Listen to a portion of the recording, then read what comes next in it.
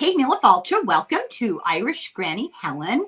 And I am thrilled to welcome back, by popular demand, returning guest, Frank Schaefer. Frank, welcome. Thank you for having me again. Oh, it's a delight. I'm so happy. Just for anybody, in the one person left in the world who doesn't know, Frank is an author, a speaker, an artist, an activist. I started to run out of room on my paper. A film director, but most importantly, a grandfather. Correct. That's and people ask me sometimes, what do you do? And I know what they mean by that question, but I answer it the way I want to. And I say, I do childcare for the 3 youngest of my 5 grandchildren and school pickups. And I do the grocery shopping and cook for my wife, who had a heart attack 5 years ago and is in great shape. She's in good shape. No, she's made a full recovery, but we changed our diet. Lots of roast vegetables and no red meat these days. So I'm fully involved and invested with those relationships. And then, a long way down the list somewhere, I'm also a writer and I still write books. And as you mentioned, I've made movies in the past. And I have a Substack page called It Has to Be Said. And I post things on that and on YouTube. So I do commentaries and I have my own podcast in conversation with Frank Schaefer. But really, honestly, not trying to be cute here. What I do most of the time is work with my grandchildren and take care of my wife and do all those things, because that's, for me, that's much more important. More important, and which we'll get into when we talk about your book. That's the heart of your book. I just want to say we have so much in common. My husband had a heart attack young, and it was shocking. Yeah. And, he's still percolating along, but it is a very paradigm shifting moment, isn't it? It is. Yeah. And at that point, you're grateful. In my case, I don't know how your husband turned out, obviously still going along, but I was so grateful that Jeannie's could be fixed with a stent. But of course, then you get very serious diet, all that stuff. I mean, after that, it's sort of no joke. Take all this stuff seriously. He too has a stent. They're twins. They're twins. That's it. Yeah. And before we even start, I just wanted to remark on something that struck me a million times reading your book. I was not necessarily an older mother. I started in my late 20s, but my children are spread out really far just because they were. Yeah. And as a result, I was in my mid 40s when I had my last child. So I had the interesting experience of going to ballet class for the 5-year-old, my youngest. Sure. And being older than the parents of the mothers of the ballet students. It was really interesting. My goal, I have to say, was to drop her off and go get a cup of coffee for 45 minutes in peace and quiet. Yes. I am so impressed by your engagement and dedication. But, I got to say something quickly, and that is, this theme that you were looking at in the book you've got there, which is this sort of amalgam of stuff, fall in love, have children, save the planet, and all the rest of it. Basically, I felt that when I finished that book, it's about 5 years old, and I touched on some of these things in terms of relationships, how to, and all the rest of it. But I think a lot of people, when you talk about, say, doing childcare, especially if you're a man, because it's associated more with females still in our culture, although it shouldn't be, people assume this is sort of some sort of virtue signaling, like, hey, look at me, I'm doing this thing. It's actually quite the opposite. It's basically, if it's anything, it's wisdom signaling to people who don't know enough to understand that later in life, you're going to look back at most of your career as a giant waste of time, and one that you had to do because you've got to put food on the table. But what lasts is the interpersonal relationships you develop. That's it. At the end of the day, that's all you've got. When I'm 73 now and Jeannie's 74. And at the end of the day, what we have is not that I've written a few books or that she ran a publishing company. We earned our living and we did some creative work. But for me, it's a selfish pursuit, because literally it's the most fulfilling thing I do. It isn't like, I have all this important stuff and I sacrifice and instead I take care of children. It's the other way around. The sacrifice is any time that I've got to cancel a meeting or something like that. The sacrifice is when I'm not able to do that and I have to do something, quote, important, instead of, say, picking up Nora at school or cooking a meal for the kids or whatever it may be. In terms of just selfish pleasure, my pitch to younger people who are wondering, should we get married? Should we have a baby? Should we connect? Should we have a child? Or women saying, I'll get my PhD first and push the fertility clock a little further down the road. My advice to them is not anything to do with moralism, as in, hey, this is the right thing to do, let alone sacrifice. My pitch to people is, it's hard, it's work, it's frustrating sometimes, but at the end of the day, once you've started down that path, you will realize this is the only thing that ever really mattered to you. Other things matter, but this is the only thing that will have really mattered to you. So my take on it is a little different than other people's. I'm talking about a kind of what I would call smart selfishness, puts other people first. And I know that sounds like an oxymoron. It sounds like a contradiction in terms, but if you're smart and you're selfish, you will put other people first, because that's the way you will find joy in your life. And if you reverse that and say, I'm smart and I'm selfish, and so what I'll do is put myself first, it's an absolute failure. And it's writ large in so many lives, that finally are unsatisfied because they put themselves first. So I've found, Ginny and I have been together now for 55 years. And basically, the greatest pleasure I have in life is when she's happy. And that sounds like a no-brainer, but it took a lot of work to get to a point where you realize that. So I know that's a long sort of speech and answer, but it's a theme I've been working on the book you've got there, and have continued to work on in my new stuff too. So yeah, and political commentaries, Trump, vaccine, all this is interesting. And I get a lot of hits on YouTube for that kind of stuff. But fundamentally, if I had a choice to reach people with a message, and I know this will sound crazy to a lot of people who are anti-Trump, and I am too. I certainly despise his presidency. But I would say this honestly. If I could push a button, then one would be that he's not president anymore. And the other would be that young people are finding joyful, lasting relationships. In the long term, I'd say to hell with the politics, because if you're in a joyful long-term relationship, you will start making responsible choices. You will get out and vote because you care about your children and grandchildren. Yeah, you're invested in the future more. It would take care of itself. You'd be more engaged. So anyway. Well, you triggered a memory for me when I was reading this book, because you get a lot into feminism. And I have to be honest with you, when I read the title, I went, oh God, I hope he hasn't slid back into the fundamentalist, Yes. Are you looking for a trad wife? Not yet. So, Jeannie is not a trad wife. I know. Oh, I know. She's my hero. But you certainly brought back something that I like to forget. We've got a bunch of children. We have 5 children, and they're spread out over a long period of time just because they are. And it's how it worked out. Yeah. And we homeschooled. Now, we homeschooled because the schools in this little town are too conservative. Sure. Everybody joins hands and circles the flag every morning, drops their head, and prays. Yeah, it's too much. I opted to stay home. We moved to the middle of nowhere for that reason, so that we could afford to stay home. Sure. Because my husband had the better job, and it was a struggle the whole entire time against the people who were critical of being a stay-at-home mother. But then there were the people who were critical of not choosing to stay at home, and it was this I don't know, cultural battle that went on even between women in the 80s and the 90s. Well, it still does today, in the sense that, when I talk with Jeannie, she tells the same story to me, because we had various stages. We homeschooled for a while when we first moved here from Switzerland to the States. We couldn't find a school and so forth. And then we found some local schools we put the kids in. And, it's not like there's one thing you do that's perfect and that it's good for all the kids. Each kid's different. Each year's different. The situations are different. Yeah, true. We've always felt like a sort of a country of two, because we're doing it our way.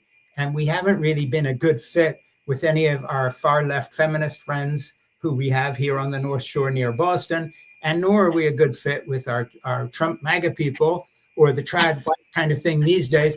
And, we found basically whatever year it happened to be and whatever the formula was, both of us were putting home life and children first.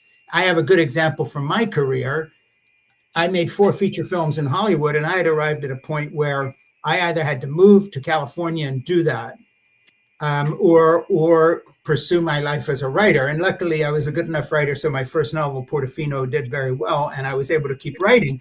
But the fact of the matter is, I didn't want to live in Hollywood as a director and raise my children there. Yeah. I saw how everybody was doing there. I met people's kids on the set of my movies and stuff, and I was glad we were in our version of the middle of nowhere in a small town in the Northeast, outside of all that stuff. Yeah. So, we made the choice. No, we'll be home. We'll earn less. We'll figure another way out to do this thing. And Jeannie supplemented our income by starting a small home-based publishing company, and we just worked it year by year. We didn't have a master plan, but the priority never changed. What's good for the children, and what do we find most fulfilling? And at any time we tried to make a decision, we had to answer those questions. Yeah. And that was it. That was the guiding principle, period. It wasn't anything more than that. Yeah, we're on very similar parallel tracks, and also, well, before I say my next comment, your coffee cup reminded me. So McDonald's cafe, seriously? Yeah, I made a little comment. I said I'll have a double shot of espresso to McDonald's the other day, and I brought a coffee cup with me because the last one was good, and I was very surprised because I couldn't believe it. Yeah, but actually, the double shot of espresso at McDonald's is a good cup of coffee. Yeah, you hear them grind the beans fresh. I know the manager of a local store, and I'm going to ask to go back and just see what their setup is, because I'm really curious. It has nothing to do with their regular stuff. Every time you order a shot, you hear them grinding the beans. So they've obviously that's music to my ears. A machine loaded with beans that grinds and somehow makes this little shot. And of course, it's terrible because it's in this paper cup and it instantly gets cold. But the actual quality is pretty good. Yeah, well, I think that's probably the crucial factor is the fresh grinding of the beans. Yeah, but we could talk coffee all day. Yeah, yeah, for sure. So now I've distracted myself and I can't remember what I was going to ask you about, but I'm sure we'll come up with some. Oh, I know what I was going to ask you about. I was going to comment we're on parallel tracks with all the things you've mentioned. Also, we are mutually escapees from theocracy. And I always find that an interesting part of your story. We talked about your book, Crazy for God. Yeah. The last time we spoke, I hold it up, but I did a drawing of people who watch and I gave it away. Somebody won it. Sorry. Right. Great book though. It's a great book. I have a question that just burns reading your book all the time. This is in the back of my mind. What is up? I loved what you had to say about religious frauds, and I want to quote you. You call them malignant, two-faced, narcissistic frauds. Music to my ears. What on earth is going on with people who've convinced themselves they're Christians and yet they want no part of that annoying Jesus guy? Yeah, well, I think it's a symptom of the fact that American Christianity, both Roman Catholic and Protestant, all divisions of it.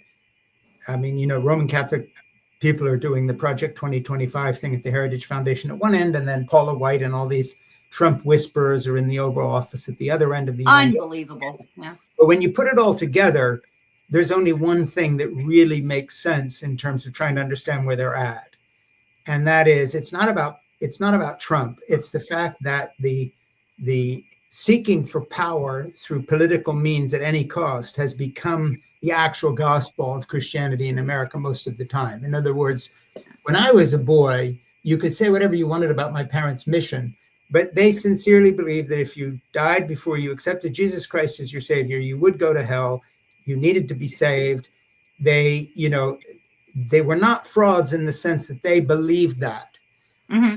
These days, when you look at a Paula White or you look at the Project 2025 people who are conservative Roman Catholics, their first priority is to seek and keep power politically by any means possible. And that's a real change. So the gospel of Jesus Christ should be discussed aside from and apart from what Christianity in America has now become. Now, does that mean every individual Christian has abandoned their faith and is now seeking power? Of course not.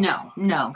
As you know, a movement is a very different thing than individuals. So you don't point at an individual and say, you are this, you are that. Mm-hmm. But you can point at a political movement that presents itself as a movement and say, this is not, whatever this is, it is not about Orthodox traditional Christianity by any measure.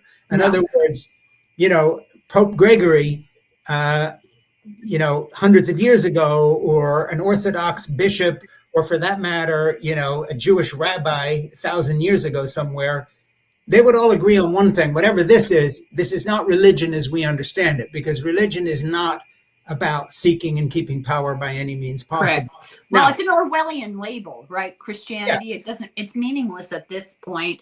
The whole corporal punishment thing that you talked about. Yeah. It was your father who took your sister out of the church in the middle of church? Yes. To smack her around. And I had a similar experience. My father was a real dictator. We would go to mass every Sunday, even if you were, so ill. And there were a ton of us, and we'd be sitting in a row in the pew. And he had this unerring aim. If you sniffled or you looked over your shoulder, he could reach across 8 children, and whack the criminal, in the middle of church. Yeah. It's mind-blowing to me. The cognitive dissonance was always difficult for me to understand. And basically, I find that in my writing now, working on projects now, not even the book you have, but more recent than that, and the book you've got, I find that as the years have gone by, even though I'm in my 70s now, that I sort of was protective of my parents' memory, in not so much loyalty, but just, really hesitant. But I find that these days the chips are so far down, where basically the stakes are so high right now. Yeah. There's no point doing anything except trying to tell the truth about whatever you're addressing. And the truth is that my parents, Francis and Edith Schaeffer, who became very famous evangelical leaders, were genuinely fraudulent in another way. They weren't con artists taking people's money under false pretenses. They were sincere, but they said one thing and did another. So, when my father would preach sermons on love, and this is what Jesus has commanded us to do, he was completely correct in terms of his theological presentation. But of course, when he had a fight with my mother and would punch her, which happened, the whole thing just shatters, because you can't be both things. And my mother was the same. She wrote books with titles like What is a Family, and all this stuff on children and families. And in the meantime, was so busy with the Lord's work that they didn't put me in school, literally did not put me in school. They homeschooled me, but I couldn't read by the time I was 10 because homeschooling never happened. They would assign a student, say, will you teach them something today? So basically, when I look at my childhood, say, compared with the way Jeannie and I curate our grandchildren's childhoods, as well as our own children, for me to become a good parent in a very basic sense of 3 meals a day, learn to read, spend time with your parents, I had to literally rebel against everything of the way I was raised. My mother would say those things in books. And so when I look at my family today, thank God I met Jeannie and had my own family and things worked out. But I have 3 sisters, and of the 3, 2 have had complete and massive mental breakdowns at one point or another in their life. They were dealing with the whole patriarchal thing that they got from their parents. I've had my struggles. It's taken Jeannie and I years to work through, what I'll call the kind of asshole factor that I was groomed to be. I say I was groomed to be an asshole by divine right. I was told this is what God wants. God wants you to be an asshole if you're a male. A man, that's right. That's what he wants. He wants a guy that reaches across 7 rows and smacks a kid, whatever it may be. So I've spent a life trying to undo the damage from what I learned by example, not by what was said. And the difference, we all say better things than we do, but the difference should not be cataclysmic. In other words, I talk about forgiveness in marriage or whatever it is. That doesn't mean Jeannie and I never fight or argue, but it does mean that it's within certain boundaries. Boundaries, yeah. Whereas with my parents, it wasn't. And so Sometimes I'm too busy to pay attention to my children and grandchildren as I should, but it's not what I do all the time. See, there's a difference between slipping up and then being a total hypocrite. And the level of hypocrisy I was raised with is just absolutely massive. I mean, it's unbelievable to me that it was that big a distance between what was said and what was done. And that was both of my parents in different ways. And so, well, I agree with I you. honestly look back and be grateful for certain aspects of my childhood. I liked the intellectual discussions I heard. I enjoyed the variety of people I met. But at the same time, my mother, by hosting this kind of hippie evangelical commune in the 60s and 70s in the Swiss Alps, essentially didn't do anything to turn it into a home. There was no privacy at all. There was no time with your parents as parents. It was always this invasion of these people. And then you were told, well, we have to witness to them in order to bring them to Christ. And so it's very important to treat them well, no matter how you're feeling. So, we were all kind of railroaded as volunteered into a mission from birth with no choice and no aptitude for it. So anyway, it's a crazy story. And that was prioritized over your individual needs. There are 12 of us. Yeah. And I could write a book about dysfunction, and I would include myself in there. I don't exonerate myself either. Yeah. But there's such massive denial. And, we were raised with what happens behind closed doors at home, you don't talk about in public. And I'm not implying where your mind might go, Sure. the kind of, just in general. Yeah. It's a closed system and secrecy. And the old saying, you're only as sick as your secrets. Yeah. And the toxicity. Well, the problem was in our house with my mother and my dad. It was not just you don't talk about what goes on. Like, we don't mention the fact that mom gets hit sometimes and has bruises on her arms. And we don't talk about it for the sake of the Lord's work. How would that get anybody saved? I mean, there's this crazy idea that, because of your Christian witness, you can't talk about the fact that this has happened. But there's more than that. And that is that my mom and my dad were writing books about the Christian life. And in those books, what they never did was sort of the self-deprecation of truth-telling. Yeah. In other words, if mother had written a book and the first line in the book was, I'm a horrible mother and put my children second, and here's what I've learned, so I'm not that way anymore. That's a wholly different thing. Yeah. And it's a decision that I've had to make over the years in terms of some of my memoirs, especially most recently a book I've just finished working on. And that is, if you're going to tell the story about what a relationship should be, to have any credibility, you've got to talk about your own struggles when you didn't behave that way. Right. When you learn to do better, and not theoretically, you've got to get down and dirty into the details of it and say, look, here's the anatomy of the kind of fights I had with Jeannie when I was just an asshole and unreconstructed, before I had learned anything, before I thought about these things, before I worked through them, and basically, if you'll tell the truth, then I think your reader, if you want to put it this way, will give you a little more license to talk about how you think it ought to be. But if you just are, saying how things should be, then the assumption is, well, that's what you're saying you do. And in my parents' case, they didn't. Well, you're so transparent. I admire that, because it takes courage. It's hard to that vulnerability. It's admirable. But you just made me think of another question I've been dying to ask you. Yeah.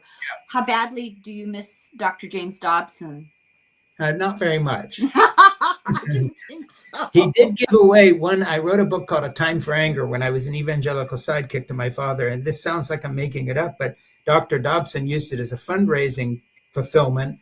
And he gave away 250,000 copies. Oh my God. Did he? 250,000 copies of A Time for Anger. Were they donated to his cause, or did No, he pay he you? bought them from my publisher, had a special print run on cheap paper, and I think it was like if you sent him $10 or more, or 25, whatever, this was the fulfillment. So Well, if at you least sent they him a got gift, something out of it. Your writing. I mean, it could have been one of those Peter Popoff blessed water in a little plastic bottle. I mean, yeah, I was being angry in the wrong cause, but that was many years ago. Well, let's shift gears just a little bit and talk about what I think is probably, I would guess, maybe you would disagree, central to this book, which is the lack of choices and the lack of support. Like I told you, when I first picked up the book, I thought you'd gone over to the dark side Right, again. right. And I try to be open-minded, so I read it anyway. I'm delighted that I did. I'm relieved to the conclusion, at the conclusions you've come to. You talk quite a bit about the struggle that people have to function inside a system that's so flawed. Yeah. So could you talk a bit about that? There's a neuropsychologist by the name of Marlene Winnell, and Marlene has become a friend of mine over the last 20 years. And I've met with her a couple times, a few times therapeutically, because she's really helpful. She's not my quote unquote my therapist, but I've had a few talks with her that amount to that. Yeah.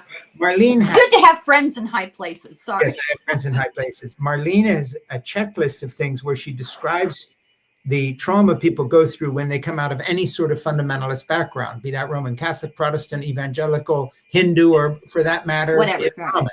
So basically, if you were raised by a fundamentalist religion of any kind and you leave it, you're not just leaving the religion, you're leaving your family, you're leaving your background, you're leaving your inheritance, you're leaving the nostalgia parts of your childhood. It's an enormous rupture. And of course, if you were raised sincerely believing something is the truth and everyone else is wrong and or going to hell or whatever, which Islamic people share with Christians, the theology is different. Jews have exactly the same thing. If you're not a Jew, then you're sort of outside of the who God loves, etc. If you leave that, the psychological trauma of making that move is something she spent her lifetime explaining. Marlene Winnell, she's great. Wow. Yeah, I quoted what you said about her in your book. So Marlene basically makes a checklist of here are like the dozen things or so you will go through. And when I read it to her, it was crazy.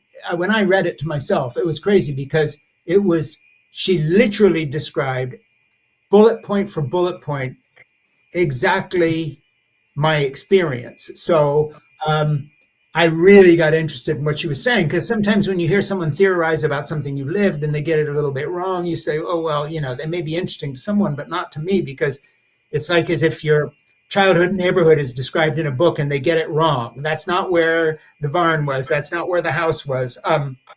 You're going to discount the rest. But she was so on the point for that, that I was just thunderstruck. And after that, I found it very helpful, because I think a lot of people who go through these things feel a bit alone, which is one of the things people do.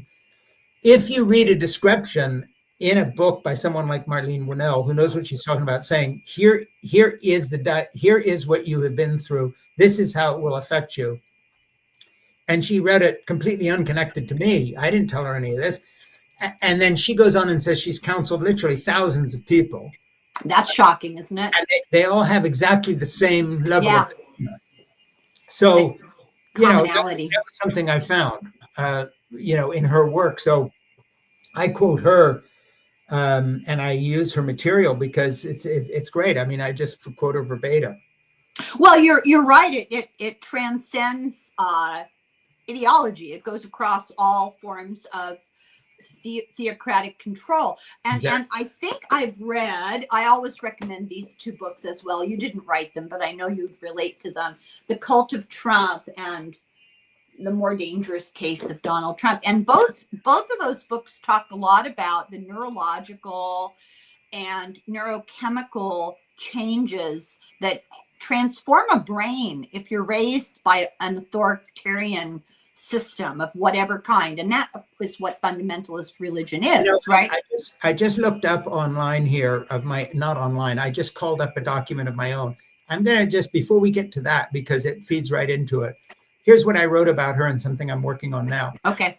Winnell explains what she calls the religious trauma syndrome. Right. This condition is experienced by people like my sisters and me, who struggled with either leaving or staying in and trying to survive an authoritarian, dogmatic religion and coping with the damage of lifetime indoctrination. It has a very recognizable set of symptoms and a definitive set of causes that I think destroyed my sisters' lives and almost destroyed mine. Winnell says that these symptoms of religious trauma symptoms manifest like this, and these are bullet points. Cognitive confusion, negative beliefs about self-ability and self-worth, black and white thinking, perfectionism. Next bullet point. Emotional depression, anxiety, anger, grief, loneliness, difficulty with pleasure, feeling a loss of meaning of life. Next bullet point.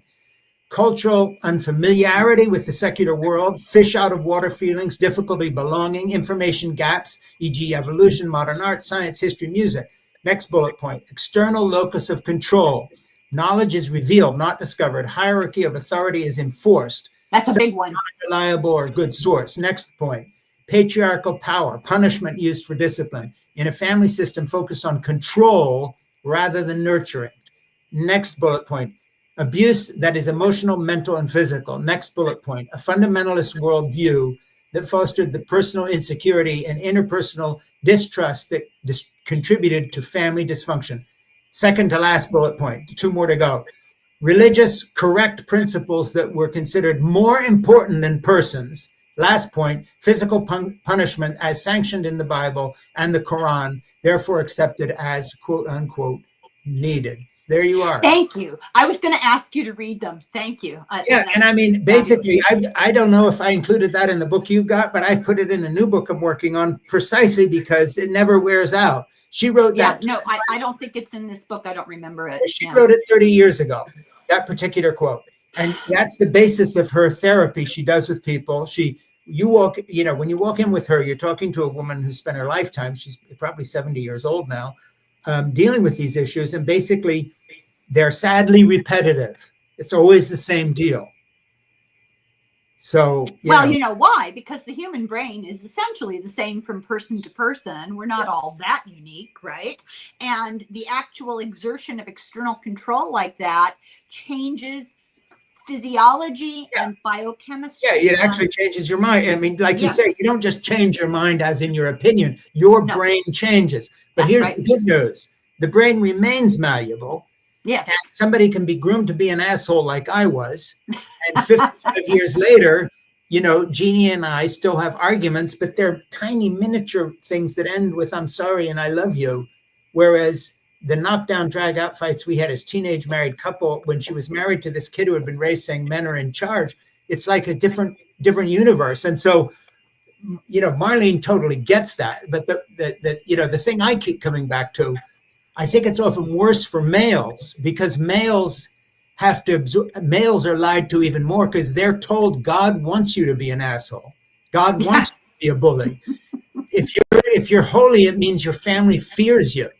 Yeah. Your kids know you will hit them.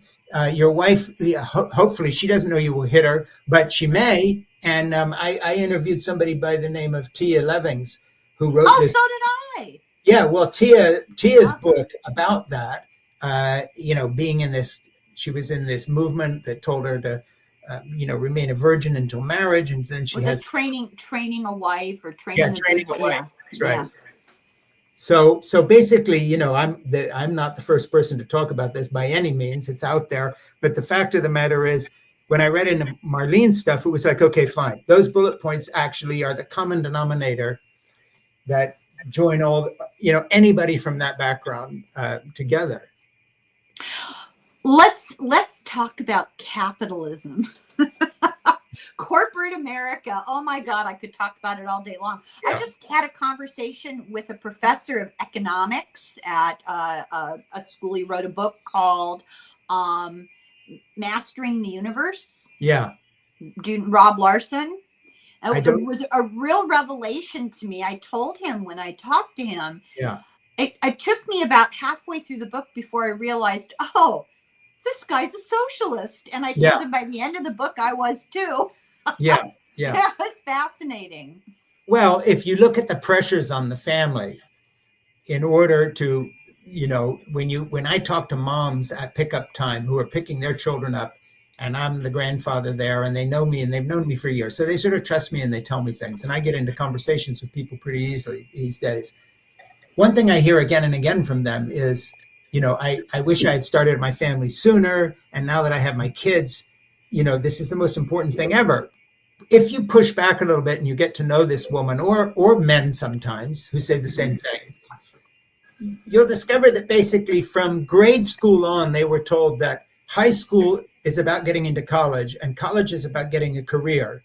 What is not told, what is not expressed in a capitalist system is the intrinsic value of anything. In other words, children are not valuable so you can groom them to have a career. Love is not valuable so that you'll stick with someone who supports you money wise. Fixing your home up doesn't make sense because you can resell it for more. Everything, the way I look at life and deny capitalism, if you want to put it this way, and in a way all economic systems, is that I think there are really two roads that are open to everybody, and you're kind of on one road more than the other. I'm not saying anybody does this perfectly, but the one is to live as if everything you love has intrinsic value. So the reason you have children is because love is wonderful. The reason you have sex is because love is wonderful. The reason you have you work on building a brick patio in front of your house and you mix up the cement and do it is not to increase the value of your home, but to have a place to sit with the family you love that's in the shade of a tree. When you live your entire life based on the intrinsic value of the things you treasure, you cannot be a consumerist capitalist, because that is to worship a different God. That's right. You call it the cult of ambition. Yeah, the cult of ambition and the cult of careerism. And it has nothing to do with feminism. My daughter's a CEO of a green energy company out of New York. Great story. Yeah. And my wife started a publishing company to help support her husband as a writer, because my income would go so far up and down ever since I ran away from the God cash that I was raised on. It's the big money business. I'm being serious. No, I know you are, but I love it. That's where the money was God cash. So once I left that behind, we actually had to earn a living, and then we, all hands on deck. But the thing is, as I look back, the one thing that we did right, fortunately, and this is largely due to Jeannie in many, many ways, was that there was always a reason for the sacrifices we made that related to something for each other or the family, mm-hmm. or beauty or whatever. So it was never about like, we're living in this shitty place so we can flip it and put it on the market. And, and the thing I hate about capitalism is everything is a utilitarian step to the next step. To more. Yeah. It's never valued in itself. Right. I agree so much. And that's what I hate about it. And that's why a lot of women delay having children until it's either too late or they have one and they wanted 3 kids or whatever. A lot of men get to my age and they look back and they say, I don't even know my children. Yeah. And a lot of grandparents, move to somewhere warm because they're sick of shoveling snow and they don't know their grandchildren. And then suddenly they wake up and they realize they're alone. And what I wrote, the book that you've got for, and what I'm writing this new book about Zip for, is really simple. And that is that I feel that undeservedly, I stumbled into a good way of life. And I really mean that, undeservedly. I got a girl pregnant when accidentally.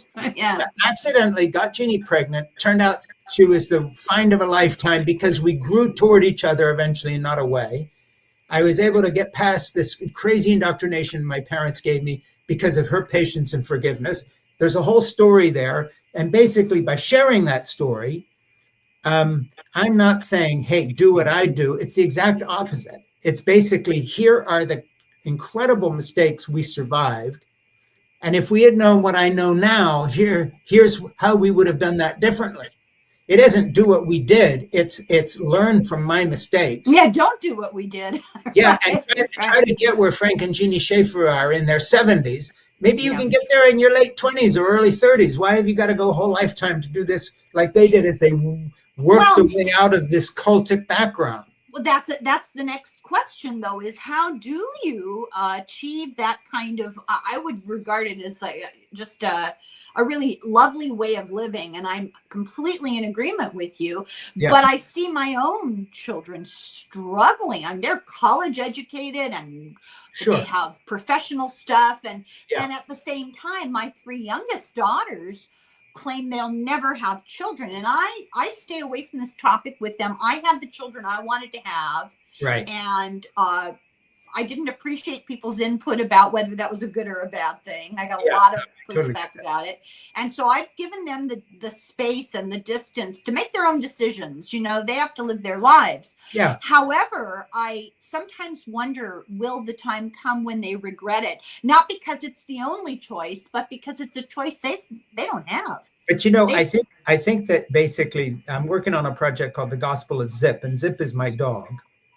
And he's I call him my sort of guardian angel night nurse.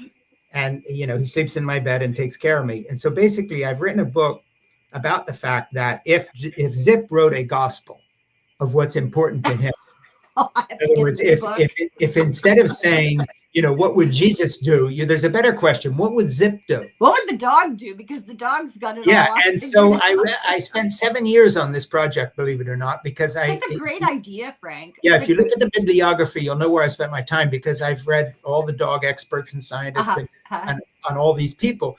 Conversant with Cesar, huh?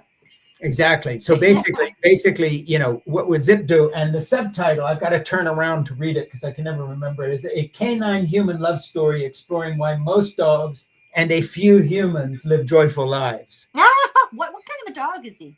He's a mutt. He's a mixture of Dachshund, Chihuahua, and Jack Russell.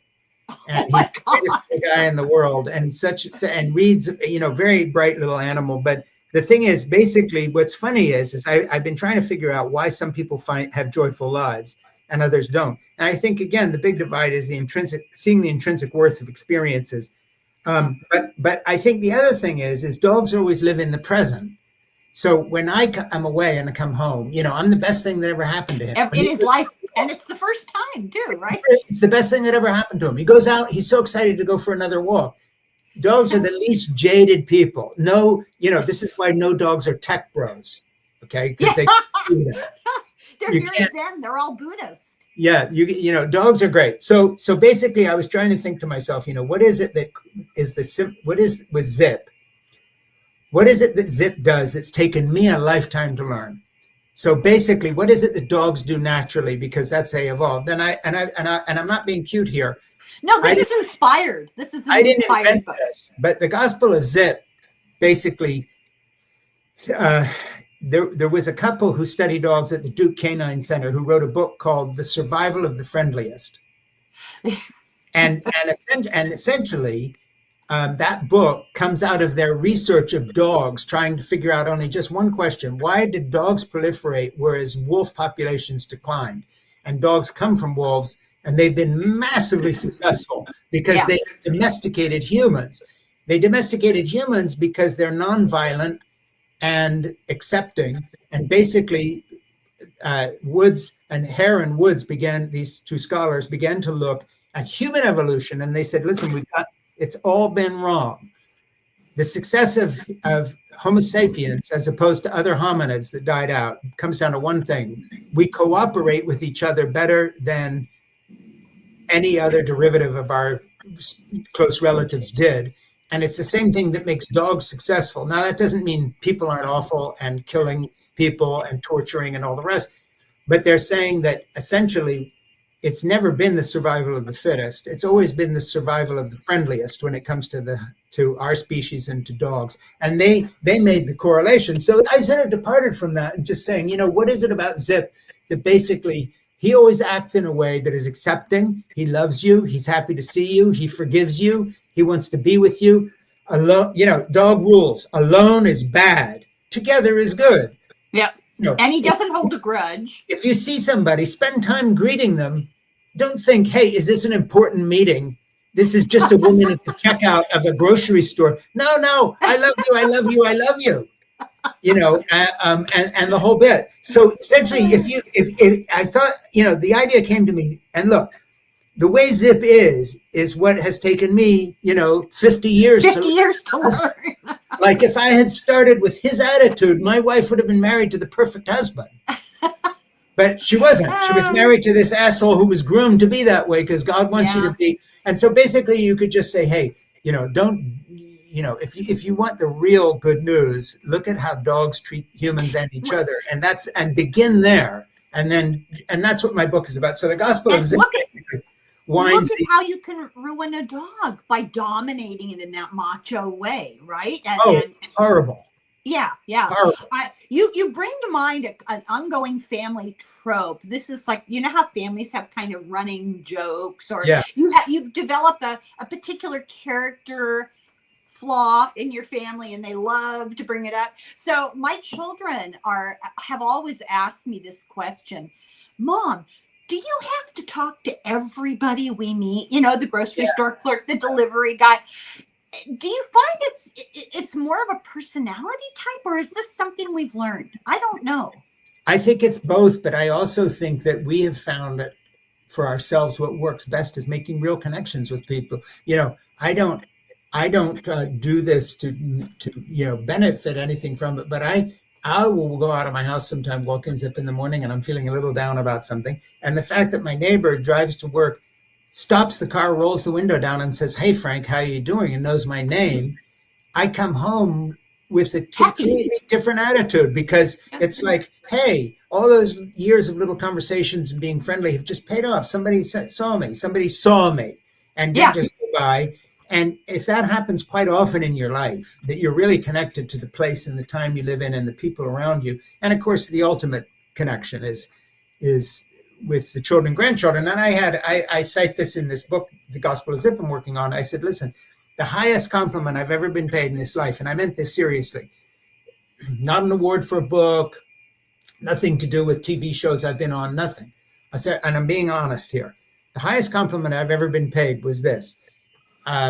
My granddaughter, Lucy, sometimes likes to come back early from school because she gets migraine headaches or whatever. And I do a lot of driving, 45 minutes in each direction to the high school she goes to. And now she's 17. Okay. So all through her teen years, like if you need something and if you forgot something or you want to come home early and the school will let you or whatever it would be, I'm the go. She calls me Bob, B-A, Bob. I am, yeah. I call Bob, text him, get the school nurse to call, and I'm always there. So the other day, it was just a few weeks ago, a couple months ago, actually, Lucy's little sister and brother go to the same school. And it happened that on that day, and remember, it's 45 minutes each way, I had already been to the school 3 times. I had been Oh my to God. poetry reading that Nora was doing. Then I went down for a soccer match Jack was playing. And then I went down to pick up Nora and bring her home. And then I get a text from Lucy saying, I'm not feeling well. Can you come get me early? And I came and got her. And when she got in the car, I said, how are you doing? And Lucy says to me, this is when she was 16. She's 17 now. She says, well, because her mother works at the school. Her mother is the dean of admissions at the school. So she says, well, Mom warned me and said, you've already been at the school 3 times. And really, I could ask you, but she doubted you'd come back. And now here comes the compliment part. And I said to her, and Lucy said this very fiercely as a teenager. She says, I said, Mom, of course Bob will come. Wow. That's kind of compliment I've ever paid.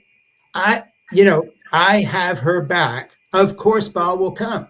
There wasn't any doubt in her mind. And so I think what you're trying to describe of course Bob will come. Why? Because she needs something. I asked him, and basically that told me, okay, I've held this little girl, and taken care of her from the time she was literally newborn, living in our house when her parents couldn't afford a place of their own. Now, of course, they've moved on and they're doing their thing and they're nearby. But Lucy's basic assumption was, like daylight, of course the sun will come up tomorrow morning. Of course there's a wind in the tree. It was assumed, of course Bob will come. You know why? Myself, that's literally the highest compliment I've ever been paid. It has nothing to do with, and that's where I'm not a capitalist. And you were talking about your daughter saying, well, maybe she wouldn't have any children. And basically the Gospel of Zip says to her, if you ever do want children, it's not because the propagation of the human species or someday you'll regret it. It's just for the pure joy of being the most essential person in the world to someone else. And the only relationship that happens in is the parental-grandparent relationship. Now, you don't have to be a parent or married or even have children to not understand that. Like my son Francis is a teacher. He doesn't have any children and he parents all those children. But if he was in a very selfish profession that was just about him and not a teacher, then he wouldn't be experiencing that. So I'm glad That's right. I'm glad his profession is a teaching and caring and giving profession, because then he has that same joy I do. Opportunity, yeah. Yeah, I'll give you an example of that, and that is, he redid the science department at this high school, and he's very successful at it. And he gets things like dozens of these, literally, from parents and students. There was a young doctor who had just had a research breakthrough, and she published something in the New England Journal of Medicine that her dad sent Frances, where they were interviewing her about this breakthrough, saying, what was your road into science? And of course, it brought tears to my eyes, because this is my son. And she said, well, I never thought I was good enough at math to do pure science, and so forth and so on, until high school, when I had this math and physics teacher who gave me extra tutoring every single day and completely built my confidence. And she says that's why I was able to do what I did. And she names my son and says his name was Francis, and he did this for me. And that's his, of course, ball will come. But if all he was doing was trying to make money and get ahead or get a fancy, whatever, he'd never experienced that. So basically, I'm not telling anybody have babies because you'll be more fulfilled as a woman. No. I'm not telling anyone anything. I'm just saying, let me tell you what I found in my life. In my life, the only thing that's really healed me of being an asshole, groomed to be that way by people who said, patriarchy and all this bullshit, was basically what I found in taking care of these children and my grandchildren. And it's nothing to do with doing the right thing. It's to do with moments of joy that don't compare to anything else. And I don't think I'm alone in the species that way, because I met so many people who are saying, I just wish I had this sooner. Yeah, and I've heard that too. I just wanted to make a comment about your story. Of course you'll come. Yeah. You're describing unconditional love. Yeah. Yeah. So, but I can't give that to everybody, and I certainly haven't experienced with anybody. But isn't it great to be the final, I think we're very lucky. We live in Massachusetts, and we have Massachusetts General Hospital down the road, and we get good medical care for minor things and some big things too for Jeannie and me. But I always like the fact that we're in a place where as I put it, they are the second opinion. In other words, you're lucky to live. It's like being in Rochester, Minnesota. You're at the Mayo Clinic. They are right. It's where everybody goes, right? It's where everybody. They are the second opinion. So I feel the same way with my grandchildren. I am the last court of resort. So when all else fails, Ba will come. So as long as I'm alive and have some cognition, capacity, there are 5 people in this world that know that. No matter where you are and what's happening, you've got somebody who is there, and not because it's a sense of duty, but because the unconditional love is reciprocated in a way that gives me, to be a selfish, touchy-feely liberal, the warmest glow that I ever get. And it heals everything. It's like all this shit you went through and all the things you've had in your life and all this, okay, that's all true. You can't go back and redo the things you did wrong, and you're very sorry for those things. But like Zip's joy when he comes in the door, my dog, this moment, when that child gets in the car and gives you this smile and you have fulfilled their desire to have someone they can count on, there's nothing that compares with that. So when people say, oh, I don't think I'm going to have kids, or, this crazy young man who's a godson of mine who won't hear this, because he probably, but he won't, if he does, I'm not naming him, but he says to me, I've been with this girl for 7 years and we lived together in college and I'm very in love with her, but now she's got a job in San Francisco and I really need to stay in New York. So we're breaking up. So basically I told him, okay, well, maybe this isn't a relationship that works, but if you're telling me the relationship works and you could envision spending your life with her, and the only reason you're breaking up is because it's getting in the way of your careers, this is insanity. I agree. And I'll tell you what it's like. We have a shitty local hospital near where I live. Again, no name, so I'm not doing any damage. Massachusetts General Hospital is a 45-minute drive away, and people don't go there because it's not more expensive, but the parking's tricky. So you can go to your local place here and have them misdiagnose something like happened to my friend Stella, and they took 3 days to figure out she had a heart attack, nearly killed her, and finally sent her somewhere else. Or you can just go to Mass General Emergency Room and, go to the place that you trust. I don't care if they tow my fucking car. I mean, parking, this is my wife's heart. Yeah, I know. It's about priorities, and it's about not being taught throughout your childhood and your formative years to value what is really valuable. It's about that. I wanted to before you go, I wanted to talk to you a little bit about the pandemic and the lockdown. Just one more thing. That's the moment we're in, because the moment we're in basically puts long-lasting relationships last. Yes. It's not your fault as a parent. And I can see this happening with my children or grandchildren, and that is you don't control everything that they're taking on board, and the life of the smartphone, the life of online, all this stuff mitigates against long-term serious relationships. It's terrible. It's the worst moment possible to be serious about those things. Let's say you and me came from this moment. Let's say you were born now. What chance would we have in this environment of becoming, say, the people who know what we know as we talk together today? Yeah, I can't imagine it, because I can only put it in the context of my parents, who my parents were. And I don't know. I'm an immigrant. Don't tell anybody.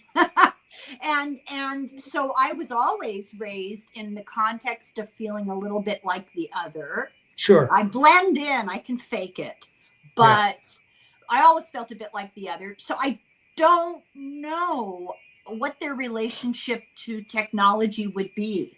Yeah. Hard to guess, because they came from a time and a place that was, even then, very underdeveloped technology. We can't blame young people for the age they live in. And what we have to do is mitigate it to the best we can and just say, hey, everybody may be telling you this, and I'm not telling you anything, but here's my experience. And be brave about that and just say, look, I'm not telling you what to do, but I am telling you that the idea of going through life without any close lasting attachments would be, to me, the definition of a nightmare. I will say this in my daughter's defense, because of course I'm thinking about that while you're talking. They're the best aunties in the world. And and a lot of these people are the best dog people too. But they are. It's so true. But let me tell you something. The project that I'm working on, and I'm doing the opposite of selling you anything. I'm putting the whole thing online on YouTube for free. There's no hook. You're not printing this as a book? I am after, but I'm putting it out there for free first. Oh, well, good. I'm glad to hear you doing it a book, because I don't like to read on devices. No, this isn't reading as a device. This is an audio book. You listen to it or you watch it and just play it. Oh, okay. The whole book will be, I've read the whole thing. I had a crew in my living room filming it. I've read the whole thing. Wow. And it's all going up live on YouTube in a couple of weeks from now. Oh my God. And I wrote it for people who only read texts these days, because it's not in chapters, it's in tiny little sections, like 1, 2, 3, 4, all the way to 300 and some. It would only be a 250-page book if it was just a regular paperback, and will be, but it's in sections, and each section is 15 lines to a page long, so 15 seconds to 30 seconds to a minute long each section. Then it's the next section, and basically it is these sort of concurrent stories of my dog's life, my wife's life, and what we've learned about dog relationships with humans, and what we've learned about human relationships to dogs and other people, and how in the end, this is the story of the survival of the friendliest, not the fittest. Great. So when given a choice, be kind. And most of the time that will work out better for you. So, and that includes be kind to yourself. So basically, putting my money where my mouth is, quite literally. I told my producer, Ernie, who does my podcast for me, I said, look, this book is different. I've published some things. I've had some notoriety and some fame, or whatever you might call it. I don't need to prove anything when it comes to publishing a next book. I am giving this book away. I'm putting it in short sections for young people. I want to put it out there as mass media now, and then later publish it and put it on Kindle and all those other forms. So I'm completely reversing what publishers do that are in it for the money. I'm giving the whole thing away. There's no strings attached. There's nothing to buy. There's no way to make a donation. It's just going to be on YouTube. And I'm doing that because as a writer who's fairly successful, these days I know that when I do it has to be said commentary, I'll be seen by more people in 24 hours than read all my books in a year put together. Oh, that's disheartening. That's the world we live in. Yeah. Well, listen, before you go, I really want to just for a brief second talk about the lockdown and, the pandemic, as I call it, the unfortunate medical event we experienced in 2020. I have an unpopular opinion about it, and I'm not a callous person. I'm not dismissing the suffering, but I always looked at it as an opportunity, and I think it was a lost opportunity. Do you know what I'm getting at? What do you think? I think you understand what I'm trying to get at. What's your take on it? Well, all I can say is that when we locked down and we were taking care of these 3 grandchildren that live across the street, and so basically I had them for a year out of school, and we were their whole life along with their parents, and that was it. And that was the best year I ever had with them, because without the intrusion of the world on us, it was terrific. Everything slowed down. I was able to do carpentry and cooking with them, and great projects that basically, now I'm looking back at their childhood, and of course COVID was awful for a lot of people and people died. And I'm saying, but in terms of the development of those 3 kids who lived across the street and were with me every day, I mean, literally 7 days a week during COVID, or with their parents, back and forth. It was so great to not have all that time that school steals from families. There was no 9 to 5. So we became this unit, and it was the best thing ever. So when I look back on that time with them, I think that they're going to remember that as the best year of their childhood, not because they were with us more than usual, but because they didn't have all those pressures to meet. And it's not that their education stopped, but it became something completely different. So the opportunity, and then the other opportunity was basically to sit down, and I'm sure this book that I've got, The Gospel of Zip, came out of that, really forced me and everybody around me to think, hey, what is it with all this modern rushing around that I actually needed? Because exactly, that's what I was getting at. Yeah, it was like a drug addict going cold turkey, and it was hard at the beginning, and then later you're just saying, why did I ever need those drugs? And I feel much better without them. And I've never gone completely back into it again. I'm much less run around. I do less things, and I've lived a simpler life ever since then, because basically it was like, oh, this is, we've stumbled into something by accident, is the way it should be most of the time. Yeah, I'm embarrassed to tell you that I've essentially quarantined since January of 2020. Good. And people find that very hard to believe. Yeah. My children are very concerned that I am so isolated. I talk to people like you all day long. I fail to see how that's isolated. It's not isolated. And, it's a different way. My husband, I hate to tell you, just went to the dentist and got COVID. And it's the first time he's had it. I haven't had it. Yeah. He's sequestered. I'm treating him like, he's in solitary confinement. But to go back a little bit to what you said earlier about establishing community and finding it around you, I have gotten so many calls from neighbors, like every day. Can we get you anything? Is there anything we can do for you? Can I go to the grocery store for you? Just really touched me, because we don't hang, we're friendly. But I know what you mean. Yeah. And I feel the same thing. And our neighborhood, everybody got closer, and it's a place where people move and don't move away very quickly, if ever. Correct. Sort of stay there. We're the same. We had a lot of stuff back and forth with everybody. Are you okay? Some single older people living there around. We went around and saw them. People took care of each other. I don't think anybody fell between the cracks in this particular city I'm on. Yeah, and I think it's somewhat the same in this neighborhood. Maybe a little bit more transient than what you're describing, but yet similar. And I think that what I was really getting at, I appreciate how your relationship with your grandchildren was so positively influenced by it. Yeah. I'm thinking of the larger population of people who did what people call Netflix and chill. Are you familiar with that phrase? Yeah. Do you know what it really means? No, you can tell me. Okay. I'll tell you when we're not recording. I'm already in trouble with YouTube. I'll tell you later. I was really surprised. I guess I'm naive. It's that Catholic upbringing, But I discovered things about myself because I was forced to not go out and not do things. Not that I'm much of that kind of person Sure. anymore anyway, old age. But it was an opportunity to be more introspective. I mean, we were facing something I existential. found the same thing. And basically, it was a time when you were forced to sit down and say, what really is most important to me? Yeah. And very basic stuff. Yeah. How much fancy food do I really need? No, you Yeah. don't need to go shopping for all this shit and stack your refrigerator full. You just need what you're going to eat tomorrow. You don't need to do, and basically, here's all these dried beans in the cupboard you never use because it's easier to open a can. Okay, now we're going to soak them for 48 hours and do that. I mean, because we've got less and we don't feel like going to the store to so forth and so on. Take the risk. Yeah. Basically, sadly, it all ended and we became busy again, but we never became as busy as we had been. Busy as a bad thing. I haven't been in a store in almost 5 years. I'm not exaggerating. Have not been in a store. I'm fortunate that my husband, who now has COVID, yes, is willing to go at 5 o'clock in the morning once every 2 weeks. Yeah. We have just pared our lives down to the bare necessities, but not in a negative way. Okay. See this, I before COVID, I had extremely long red hair.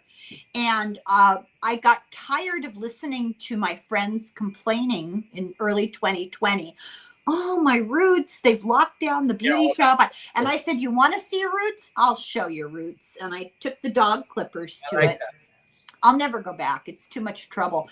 But priorities, bodies piling up in refrigerator trucks, and people were worried about what restaurant they couldn't eat in and their roots, right? I was stunned by that. I was stunned by the reaction of a large portion of society. And I have been trying to make sense of it ever since.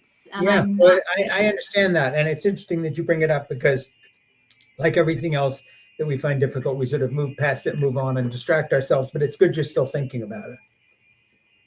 I think about it every day, which, would be called an unhealthy paranoia.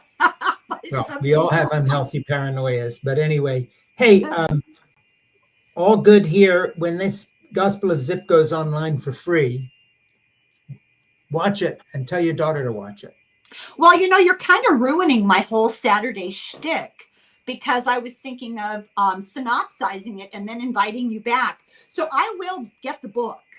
Listen, you know what? I'll do better than that. You can pirate the whole thing and you can put it on your channel and then have me back to talk about it, because I literally mean it's for free. So it's my copyright, it's my thing. And as long as I'm getting, so basically it'll be out there and people can put it on their own channels. We don't care. I literally just want it out there. I probably can share it on my post on my community. Do anything you want with it. Oh, great. Because YouTube has told me that I need to get written permission from authors if I'm going to cover their book. This whole thing is being dumped online for free. It's a different. That's remarkable. I think it's wonderful. So basically, you can share it, you can put it out there, you can connect to it, you can do it now, and you and me, and you can watch it or listen to it. If you get sick of watching my face, it's like an audio book. You're just listening, and then in a few months it'll be out in print, and that'll be for sale, but at a very minimum price because I'm doing it through Amazon myself. In other words, I had a couple of publishers who've done stuff with me in the past interested, and I said, no, this is going to be a different one. This is my missionary spirit left over from my childhood coming out again. And just giving it away. You got a convert. What can I say? Yeah. So anyway, hey, really great. Thank you. So much fun. So much fun to talk with you again. And I hope I'm going to take your offer seriously and have you back when Zip becomes a popular celebrity.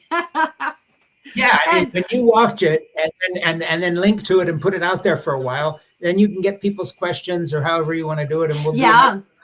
Yeah. Well, I really appreciate it. I know that people were thrilled the last time you came in and talked with me, and they really liked your book, Crazy for God. Hey, I raffled it off. It was very popular. So we'll keep our eyes open on your work and listen to your sage advice. I so appreciate it. Thank you very much. Don't go away. Thank you, everybody, for watching. Slán go fóill. Sláinte.